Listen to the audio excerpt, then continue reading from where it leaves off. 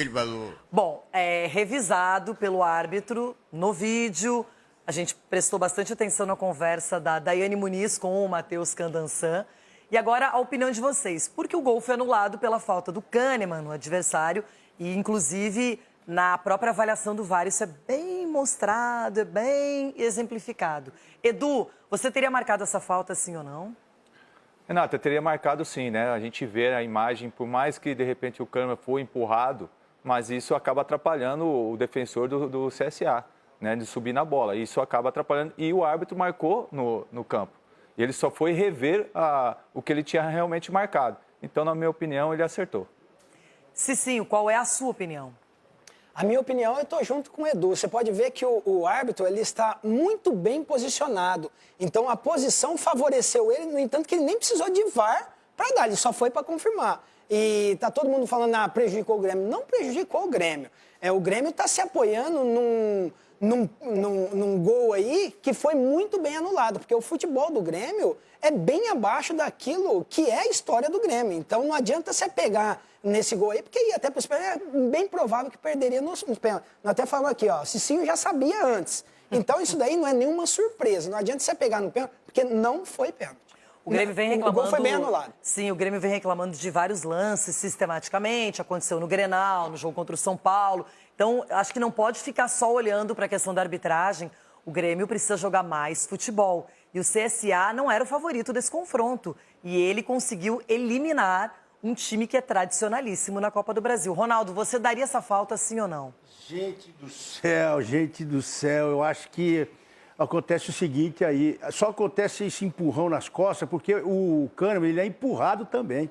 E dentro da área, contato. Dentro da área tem o contato, todo mundo tem o contato. Agora, por que ele tá com os braços assim para empurrar? Então, por causa do choque. Porque ele vai pro choque, ele não vai com o peito aberto.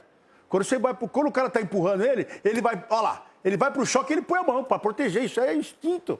Mas aí ele foi empurrado para cima do cara, tanto é que o zagueiro não consegue subir. E ele também não consegue parar, porque ele tá sendo empurrado, pode ver. Essa é a impressão que eu tive.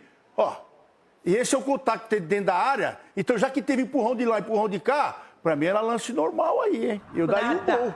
Eu não vejo empurrão do cara no Kahneman, não. Eu vejo o cara com o peito choque. Eu vejo o cara com o peito nas costas do Kahneman. Ele foi empurrado lá, assim, ó. É que o Kahneman, todo lance, quando ele onde está o Kahneman, você tem que dar falta. Mas nesse lance ele foi empurrado. Quando ele participa, você tem que olhar umas 4 vezes para poder definir. Porque o Kahneman é um jogador que, especialmente antes do VAR, a gente comentava aqui, ele teve várias vantagens. Então, o Kahneman não é um jogador que tem um histórico tão favorável nessas questões. Mas eu vejo essa falta e acho que ela foi bem analisada pela Daiane. Não foi nada. Desculpa, o árbitro, ele teve a chance de fazer a marcação em campo e de marcar também depois da revisão, porque ele poderia ter trocado. Sim.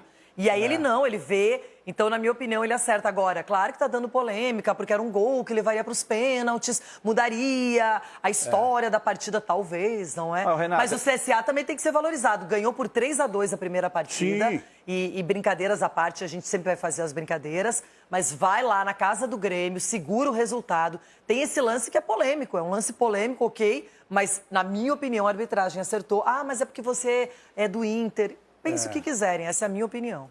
Eu peço desculpa também ao pessoal do CSA, mas para mim aí não foi nada, foi contato. Mas a gente falando do Grêmio, né, por exemplo, o Grêmio teve inúmeras chances de fazer o gol, deixou até o último minuto, tá bom, fizesse o gol, mas o Grêmio, você teve quase 90 minutos aí para você fazer o gol, teve chances aí, ter mais tranquilidade de finalização, criou inúmeras chances.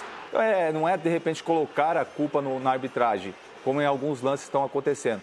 O Grêmio tem que pensar em si mesmo. De repente, essa eliminação possa trazer coisas boas para o Grêmio. Tem que pensar para o lado positivo. Vai ter tempo para treinar, o Mano Menezes vai tentar corrigir alguns erros, né? E mas só vai empatar ou fazer 1-0. Uma das coisas que, de repente... O treinador que tem só vai empatar ou fazer 1-0. Vai empatar 1-0. Mas em todos os jogos o Grêmio estava tomando gol. Ontem já não tomou, já é uma coisa positiva, né? Agora tem que fazer gol também para querer ganhar o jogo. Só uma coisinha, o Grêmio, para chegar até aqui, passou nos pênaltis pelo São Raimundo de Roraima, que não tem nem divisão. Passou pelo Atlético de Minas, que é um time que está ainda se consolidando. E enfrentou o CSA, que no momento também está numa divisão que não é a Série A. Está na zona de rebaixamento. Então, e eu acho que isso é uma coisa que o Grêmio tem que rever. Ele já vinha aos trancos e barrancos E ele não conseguiu, inclusive, ser bem sucedido. Foi nos pênaltis e agora ele perdeu fora e não venceu em casa. Pode ser que o Grêmio queira olhar só para a arbitragem, é um direito que a torcida e o clube têm, mas, na minha opinião, é pouco para o que acabou acontecendo nesse confronto. E foi buscar um treinador que saiu do Fluminense na primeira rodada. Já estava tendo um clima ruim ali, trouxe ele pro Grêmio. Então, aí eles já sabem o que eles querem, né? Acho que é bem isso. Bom, quem